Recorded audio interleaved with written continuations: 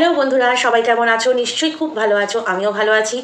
আরও একটা নতুন ভিডিওতে তোমাদের সকলকে জানাই স্বাগত। এই যে ফ্ল্যাট মালিকের যে বিভিন্ন রকমের কল রেকর্ডিং উঠে আসছে, বিভিন্ন তথ্য উঠে আসছে, এই ব্যাপারে উনি মুখ খুললেন, উনি কি বললেন, কি জানালেন আমাকে, সবটা তোমাদেরকে বলবো। আর এই যে ফ্ল্যাট মালিকের ভীষণভাবে ইচ্ছে যে ভাঙাটিন ওখানে থাকুক, কিন্তু আশেপাশের যে ক্লাব আর পাশের যে ক্লাব তারাও কিন্তু উঠে পড়ে লেগেছে যে ওখানে না থাকুক। কিন্তু কেন, সবটা বলি। তার আগে বলি, সবাই নিশ্চয়ই খুব ভালো আছো, আবারও বলছি, কারণ আমাদেরকে ভালো থাকতে হবে, আমাদেরকে এখনও লড়ে যেতে হবে। এই যে প্রতিবাদ চারিদিকে চলছে, মানে আমাদের তিলোত্তমাকে নিয়ে যে আমাদের ছেড়ে চলে গেছে, তাকে নিয়ে চারিদিকে প্রতিবাদ চলছে, সেই জন্য আমাদের নিজেদেরকে ভালো থাকতে হবে এই প্রতিবাদ জারি রাখবার জন্য। বিভিন্ন জায়গায়, বিভিন্ন মোড়ে, বিভিন্ন শুভাকাঙ্ক্ষীরা, কলেজ স্টুডেন্টরা, টিচাররা, অধ্যাপকরা ভীষণভাবে চারিদিকে যে তুমুল ঝড় তুলেছেন। যতক্ষণ না দোষীর শাস্তি হয় এই ঝড় যেন চলেই। প্রতিবাদ থেমে গেলে কিন্তু এই ব্যাপার ধামাচাপা পড়ে যাবে। তাই সবাই চলো এগিয়ে আসি, প্রতিবাদ করি। যার যার নিজস্ব এলাকায়, নিজস্ব জায়গায় এই প্রতিবাদ জারি রাখবার জন্য আমাদের ভালো থাকতে হবে। কারণ যে চলে গেছে সে তার মায়ের কোল শূন্য করে চলে গেছে, আর কোনো মায়ের কোল যাতে না শূন্য হয় সেই চেষ্টা কিন্তু আমাদেরকেই করতে হবে। তো যাই হোক, এখানে আজকে আমরা গামলার ভিডিও থেকে জানতে পারলাম অনেক নারী স্বাধীনতা কথা বাণী স্ক্রিপ্টেড ও বলল, কিন্তু ও যেটা করছে, ও যেটা বললো যে তোমাদের পরিবারেও এরকম ঘটনা ঘটতে পারবে, তখন ভাববে মেয়েটাকে আমরা কি করেছি না করেছি, কি পরিস্থিতি ছিল। এই পরিস্থিতিটা কিন্তু ওর নিজের সৃষ্টি করা। আর যেটা ও দেখাচ্ছে সেটা ওর নারী স্বাধীনতা নয়, ওটা হচ্ছে নারী স্বেচ্ছাচারিতা। স্বাধীনতা আর স্বেচ্ছাচারিতার মধ্যে কিন্তু তফাৎ আছে। তো কিছু কথা অবশ্যই ঠিক। আজকে একটা নাইট শিফটে কাজ করতে গেলে একটা পুরুষকে ভাবতে হয় না, কিন্তু একটা মহিলাকে ভাবতে হয়। তো এরকমই যদি পরিবার থেকেই ছোট থেকে শিক্ষা দেওয়া হয় যে একটা নারী একটা পুরুষ আলাদাভাবে না দেখে একটা মানুষ হিসেবে দেখা উচিত, তাহলে কেউ কাউকে ভোগ্য বলে মনে হবে না, ভোগ্যপণ্য বলে মনে হবে না। একটা মা তার সন্তানকে যেন ছোট থেকেই শেখায়, তার পুরুষ সন্তানকে ছোট থেকেই শেখায় যে নারী ভোগ্য জিনিস নয়, সেও তোমারই মতো একটা মানুষ। সেগুলো কিন্তু পরিবার থেকেই শিক্ষা পাওয়া যায়।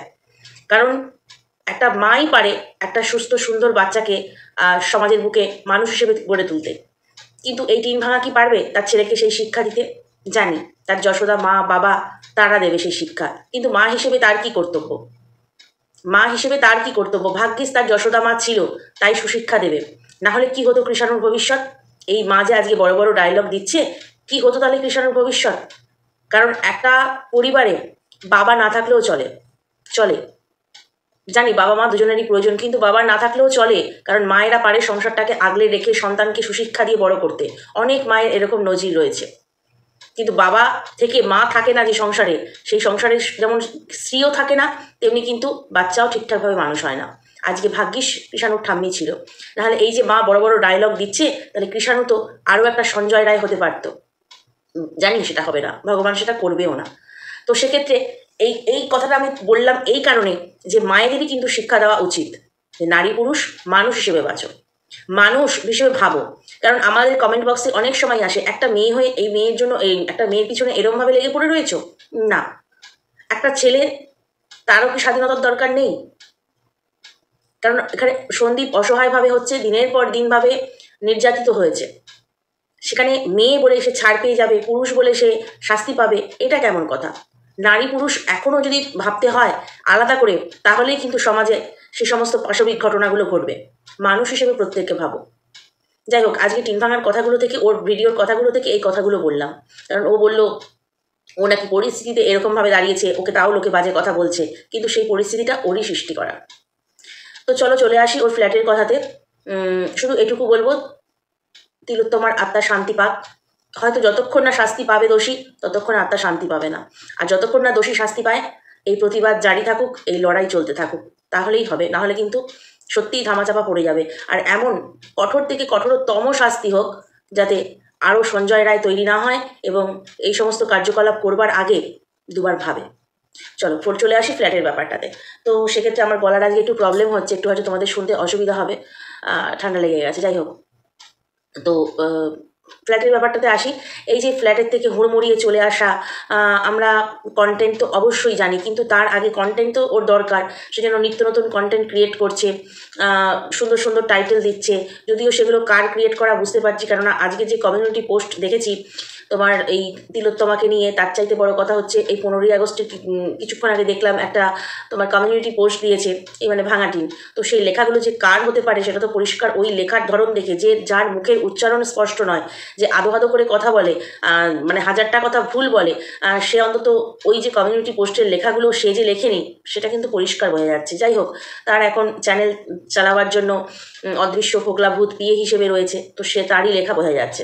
তো ফ্ল্যাট থেকে চলে আসা একটা কন্টেন্ট যেমন ছিল, তার থেকেও বড় কথা ছিল ওই ফ্ল্যাটে যে ও থাকে সেটা একটা বিরাট মানে কি বলবো মানুষ, একটা দল তৈরি হয়ে গেছে। কারণ হচ্ছে ক্লাব, দেখবে যখন কোনো কিছু হয় না, কারণ কেন হবে না, ফ্ল্যাটের মধ্যে থেকে দুজন ওনার কিন্তু এই বিরুদ্ধাচরণ করেছে যে এই ফ্ল্যাটে থাকতে দেওয়া যাবে না এইরকমভাবে। কারণ ওই ফ্ল্যাটে এর আগেও ঠিক এই সেম জিনিস ঘটেছে, একই জিনিস ঘটেছে এবং সেই ভাড়াটিয়াকে তুলে দেওয়া হয়েছে। তাহলে এই ভাড়াটিয়াকেও তুলে দেওয়ার জন্য কিন্তু ফ্ল্যাটের দুই ওনারের নাম উঠে এসেছে। কিন্তু এই যে ফ্ল্যাট মালিক পুরো মাত্রায় চায় যে এই ফ্ল্যাট যে ভাড়াটে আছে সে এখানে থাকুক, পুরো মাত্রায় চায় বলে সে যোগাযোগ করেছে ফ্ল্যাটের জমির যে ওনার আছে তার সাথে। তো সেক্ষেত্রে জমির ওনার কিন্তু বলে দিয়েছে যে থাকতেই পারে, পরকিয়া করুক বা যাই করুক, একটা অ্যাডাল্ট মেয়ে সে তার বয়ফ্রেন্ডকে নিয়ে থাকবে না হাজব্যান্ডকে নিয়ে থাকবে, এটা যেহেতু আইনশুদ্ধ লিভ ইন সম্পর্কে আছে আইনশুদ্ধ, উনি থাকতেই পারে যিনি জমির মালিক। তো একটা কথা বলি, যিনি জমির মালিক হয় তার কথা কিন্তু যখন উনি ফ্ল্যাট হয়ে যায়, ফ্ল্যাট সবাই কিনে নেয় এবং সেখানে কিন্তু জমির মালিকের আর কোনো গুরুত্ব থাকে না। কারণ তখন প্রত্যেকে ওই জমিটার প্রত্যেকে কিন্তু 1 ছটাক 2 ছটাক 3 ছটাক করে হলেও ওই ফ্ল্যাটের প্রত্যেকটা ওনারের কিন্তু ওই জমির ওপর রাইট পড়ে। কার কবে কি জমি ছিল সেই যে জমির ওনার, ফ্ল্যাটের যে জমির ওনার, তার কিন্তু আর সেভাবে রাইট থাকে না। হ্যাঁ, যদি উনি ম্যানেজিং কমিটিতে থাকেন সেটা আলাদা ব্যাপার। কারণ আমার বাপের বাড়িটাও আগে বাড়ি ছিল, পরবর্তীকালে প্রমোটারকে দিয়ে ফ্ল্যাট করিয়ে দেওয়া হয়েছে। যেরকম আর 5 জনের রাইট, ওরকমই রাইট। কারণ আমরা আগে মানে প্রত্যেকেরই নিয়ম, আগে জমিটা বিক্রি করে দিতে হবে প্রমোটারের কাছে, জমি হোক বাড়ি হোক যাই আছে বিক্রি করে দিতে হবে, তারপরে উনি প্রমোটার নিজের মতো করে ফ্ল্যাট করে বিক্রি করবেন। তো সেক্ষেত্রে প্রত্যেকটা ওনারের যেমন সমান দায়িত্ব বা সমান অধিকার, তেমনি ওই ফ্ল্যাট মালিকেরও অধিকার। কিন্তু ফ্ল্যাট মালিক হচ্ছে নিজে যেহেতু কিছু করতে পারছেন না, মানে কিছুতেই রুখতে পারছেন না এখানে থাকা, তার মালকিনের এখানে থাকাটা, সরি তার ভাড়াটিয়ার এখানে থাকাটা মানে অনিশ্চিত হয়ে যাচ্ছে, কারণ ওনার টাকার দরকার, অনিশ্চিত হয়ে যাচ্ছে। ঠিক সেই কারণে উনি ওনারের সঙ্গে যোগাযোগ করেছেন, জমির ওনারের সাথে যোগাযোগ করে জমির ওনার জানিয়ে দিয়েছে যে থাকতেই পারে, কোনো ব্যাপার না, কোনো কিছুই না। কে কি বলছে, বলছে আমাকে ইউটিউবাররা বলছে, উনি বলছেন। কিন্তু ইউটিউবাররা কিছু বলেনি, ইউটিউবারদের কন্টেন্ট এই ফ্ল্যাট মালিক নয়। কিন্তু তবু মাঝে মাঝে এই ফ্ল্যাট মালিককে কেন টানতে হয়, যেহেতু যে আমাদের কন্টেন্ট তিনি ওনার ফ্ল্যাটে থাকেন বলে, ওই ভদ্রলোকের ফ্ল্যাটে থাকে বলে ওনাকে টানতে হয়, নাহলে কোনো প্রয়োজনে ওনাকে আমরা কেউ চিনতামও না জানতামও না। কিন্তু বড় কথা হচ্ছে ফ্ল্যাটের ইউটিউবারদের আর কোনো এই ব্যাপারটা নিয়ে ইউটিউবাররা আর কেউ খোঁজাখুঁজিও করেনি। ও ফ্ল্যাটে থাকছে, ফ্ল্যাটে কার সঙ্গে থাকছে না থাকছে ইউটিউবাররা সবটাই বুঝতে পেরেছে। কিন্তু ওনাকে নিয়ে আশা করি কোনো প্রশ্ন কেউ করেনি, আমি তো অন্তত করিনি, আর আমার সহক্রিয়েটাররাও কেউ করেনি। তো সেক্ষেত্রে উনি তার জমির মালিককে বলছে, ফ্ল্যাটের জমির মালিককে উনি বলছেন যে ইউটিউবাররা প্রশ্ন তুলছে এখানে থাকতে দেওয়া যাবে না। আসল কথাটা উনি ঝেড়ে কাশেননি। ওখানে যে পাশের ক্লাব রয়েছে সেই ক্লাবের মেম্বাররাও কিন্তু রীতিমতো কি বলবো রাগান্বিত যে ওই রকম একটা মহিলা, যেহেতু সবটা জানাশোনা হয়ে গেছে, সবাই জেনে গেছে ব্লগের মাধ্যমে, আমাদের মাধ্যমে। তো ব্লগের মাধ্যমে মানে এই টিন ভাঙার ব্লগের মাধ্যমে, আমরা যারা কন্ট্রোভার্সি করছি তাদের মাধ্যমে সবটা যেহেতু জানাশোনা হয়ে গেছে, ক্লাবও কিন্তু পাশাপাশি উঠে পড়ে লেগেছে। তো এই ক্লাব কি স্টেপ নিল না নিল এখনো পর্যন্ত সামনে খবর আসেনি। কিন্তু এই ফ্ল্যাট মালিক, এই যে ক্রিয়েটাররা ভিডিও করছে, কল রেকর্ডিং, আমরা জানি আরশ ভাই কল রেকর্ডিং নিয়ে এসেছে, তো আমিও কল রেকর্ডিং দিয়েছি, এবং যে যেরকমভাবে পারছে যার কাছে কল রেকর্ডিং আছে সবাই দিয়েছে। কিন্তু এই যে এত কল রেকর্ডিং বেরোচ্ছে, এবং সবচাইতে বড় কথা ফ্ল্যাট মালিকের যে ব্যক্তিগত বিষয় সেগুলো তো আমাদের হস্তক্ষেপের প্রয়োজন নেই। তার মা, তার মা দিদির সঙ্গে কী সম্পর্ক, আমাদের হস্তক্ষেপের প্রয়োজন নেই। উনি যেহেতু ফেসবুকে বিভিন্ন কথা গ্রুপে ফেসবুকে নিজের প্রোফাইলে, গ্রুপে নয় নিজের প্রোফাইলে পোস্ট করছেন, সেটা থেকে কিন্তু মানুষ আরও বেশি করে জানতে পারছে। মানে উনিও খুব ভালোভাবে পারিবারিক কেচ্ছা বিক্রি করতে চান। উনি দেখতে পাচ্ছেন পারিবারিক কেচ্ছা বিক্রি করে এই তার ভাড়াটিয়া বেশ নাম করেছে। তো উনি ফেসবুকে ওগুলো ছাড়ছেন, ওনার দিদির সাথে কী সম্পর্ক, কে কী ব্যাপার ওনার ব্যক্তিগত ব্যাপার সেগুলো। তো আমি ওনার সঙ্গে যখন কথা হয় আমি জানতে চাই যে আপনার সম্বন্ধে এত কিছু কথা শোনা যাচ্ছে, তো আমি তো আপনাকে আগেই বলেছিলাম যে এই ভাড়াটিয়াকে আপনার ভাড়া দিলে কেঁচো খুঁড়তে কেউটে বেরিয়ে যাবে। উনি সেই উত্তরে আমাকে দেন, ম্যাডাম উত্তর দেন, ম্যাডাম কেউ যদি বলে চিল কানটা নিয়ে চলে গেছে, আমি চিলের পিছনে দৌড়াবো, অতটা বোকা আমি নই। উনি খুব চালাক, নিশ্চয়ই চালাক না হলে যেখানে ক্লাব ভাড়াটিয়ার বিরুদ্ধে, যেখানে ফ্ল্যাটের দুজন ওনার ভাড়াটিয়ার বিরুদ্ধে উনি সোজা ফোন করলেন কোথায়, মিথ্যে ইউটিউবারদের নামে দোষ দিয়ে ফোন করলেন কোথায় না, জমির মালিককে। কিন্তু ফ্ল্যাটের যারা ওনার রয়েছে, যারা পয়সা দিয়ে কিনে ওখানে থাকে, তাদের পরিবেশ সুস্থ রাখার জন্য এই রকম ভাড়াটিয়াকে রাখবে কি রাখবে না, যেহেতু ভাড়াটিয়া অনায়াসে তুলে দেওয়া যায়, তো সেক্ষেত্রে রাখবেন কি মানে রাখবে কি রাখবে না, এই ওনারদেরও কিন্তু একটা ডিসিশান থাকে, যারা আদার্স যারা রয়েছে আর কি। কিন্তু উনি একেবারে মনে প্রাণে চায় উনি এখানে থাকুন। তো সেক্ষেত্রে সেই জন্যই হচ্ছে উনি একদম অন্য জায়গায় ছিপ ফেলেছেন যে কাকে কিভাবে রাজি করানো যায়। কতখানি ইন্টারেস্ট বুঝতে পারছো? শুধু যে পয়সার ইন্টারেস্ট সেটা বলবো না, কারণ উনি যখন আমার সঙ্গে আগে কথা বলতেন তখন উনি মিনা ম্যাডাম, আমি নামটা বলছি না তোমাদের কাছে, মিনা ম্যাডাম করে কথা বলতেন, ম্যাডাম করে কথা বলতেন ওনার ভাড়াটিয়াকে। তো আজকে দেখলাম যখন কথা হচ্ছে ওনার সাথে, উনি সেটা ম্যাডামটা সরিয়ে দিয়েছেন, শুধু মিনা। আমি প্রশ্নটা করেছিলাম, বাবা আপনার ভাড়াটিয়া আপনার কাছে ম্যাডাম থেকে এখন মিনা হয়ে গেছে? কোনো রিপ্লাই আসেনি, অন্য উত্তর এসেছে, এই ব্যাপারে কোনো উত্তর আসেনি। আমি বললাম তো যেটা বলছিলাম আর কি, তো চিলে কান নিয়ে গেলে আমি তার পিছনে দৌড়বো, অতটা বোকা আমি নই, উনি আমাকে বললেন। আমি বললাম যে আপনার কমেন্টটা পড়ে সঙ্গে গল্পের গরুকে দেখি না কতটা ওপরে তুলতে পারে, এই কথাটা উনি বললেন। তো আমি তখন বললাম যে হ্যাঁ, বিভিন্ন ফেসবুক পোস্টের মাধ্যমে আপনার সম্বন্ধে বুঝতে পারলাম, এবং আপনার মুখের ভাষাও অনেক কল রেকর্ডিংয়ের মাধ্যমে জানতে পারলাম, জঘন্য ভাষা। তো যাই হোক, আপনি সমাজের কাছে এখন হাসির পাত্র তাহলে হয়েছেন। আমাকে বললো হাসুন। বললাম হাসি পাচ্ছে আপনার কমেন্টটা দেখে। উনি বললেন হাসুন, অসুবিধা নেই, হাসলে শরীর ভালো থাকে। তার মানে উনি এই ব্যাপারগুলোকে পুরো ডোন্ট কেয়ার এইরকম একটা অ্যাটিটিউড দেখাচ্ছেন যে আমার ভাড়াটে আমার মানে আমার ফ্ল্যাটেই থাকবে, আমি এই ব্যাপারগুলোতে যা হোক, আমার নামে কেচ্ছা হোক, আমার নামে রটনা হোক, ঘটনা হোক, যাই হোক না কেন, আমি এই ব্যাপারগুলোতে ডোন্ট কেয়ার। উনি এটাই বোঝাতে চাইলেন যে যা খুশি হোক, চিলে কান নিয়ে গেলে আমি দৌড়াবো না। তারপরে তোমার কি বলে, গল্পের গরু গাছে উঠলেও আমার কোনো ক্ষতি নেই, কিচ্ছু নেই, আমার কোনো কিচ্ছুতে কোনো যায় আসে না।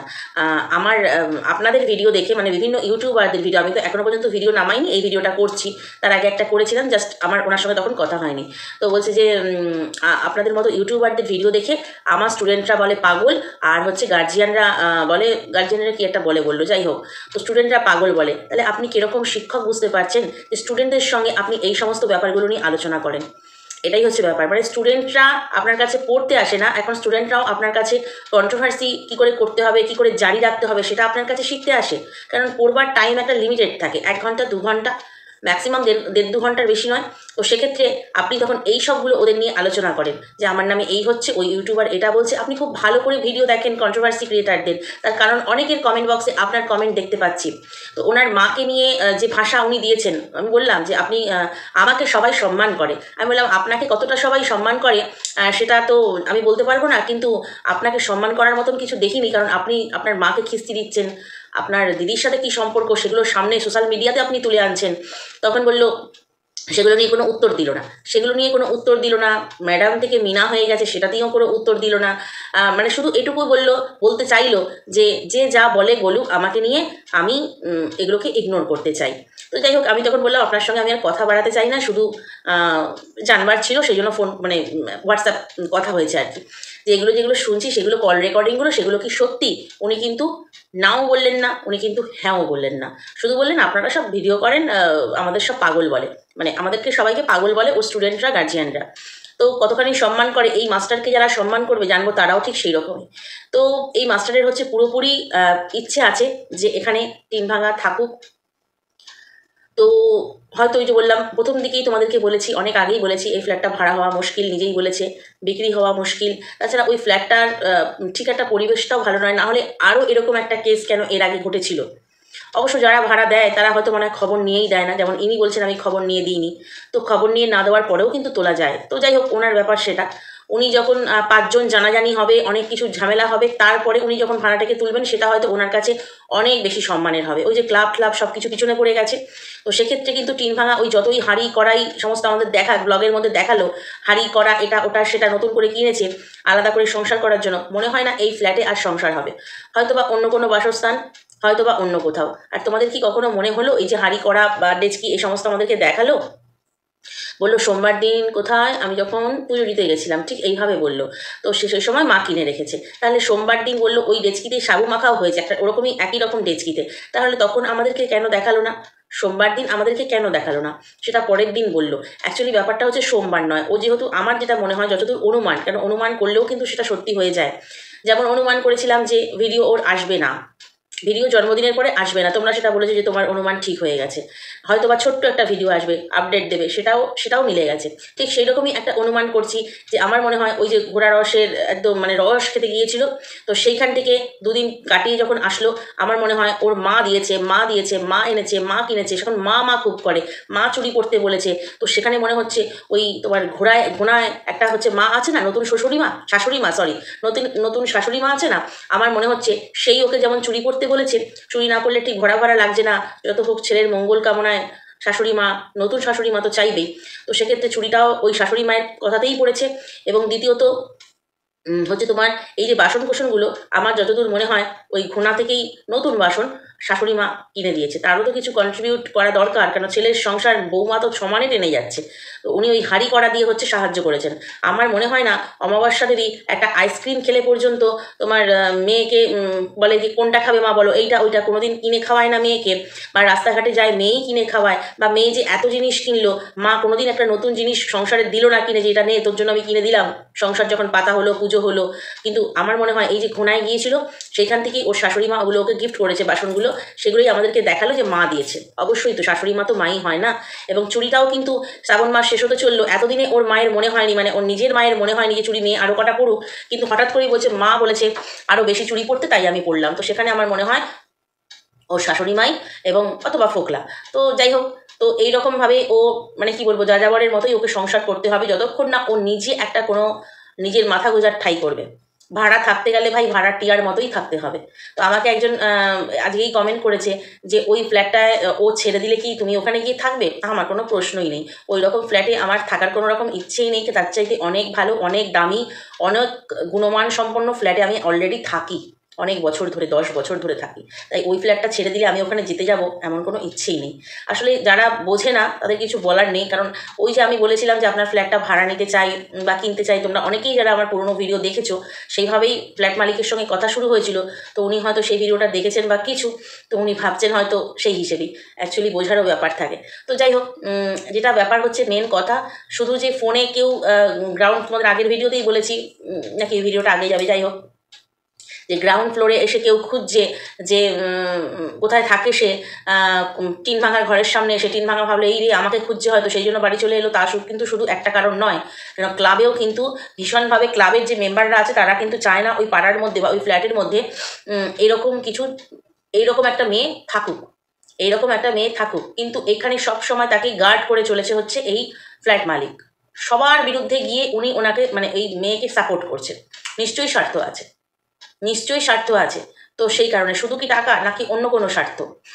হয়তো বা অন্য কোনো স্বার্থ আছে, কারণ এই যে টিন ভাঙা যা মেয়ে, আর কিছু বলার নেই। যাই হোক, তো কেননা উনি ওই বলছে আমি ফ্ল্যাট ভাড়া দিয়েছি, আমি তো কিছু খারাপ দেখছি না, পরিবার নিয়ে থাকছে, মা দাদা বৌদিকে নিয়ে থাকছে।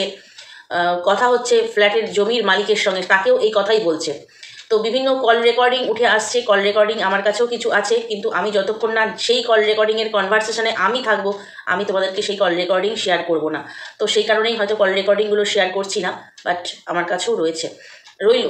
যারা বিশ্বাস করো তারা হয়তো বুকের কথাতেই বিশ্বাস করবে। তো চলো, আজকের ভিডিওটা এই পর্যন্তই। নেক্সট ভিডিওতে তোমাদের সঙ্গে আবার কথা বলবো। যদি কোথাও ভালো লাগে লাইক, কমেন্ট, শেয়ার, সাবস্ক্রাইব করে দিও। টাটা।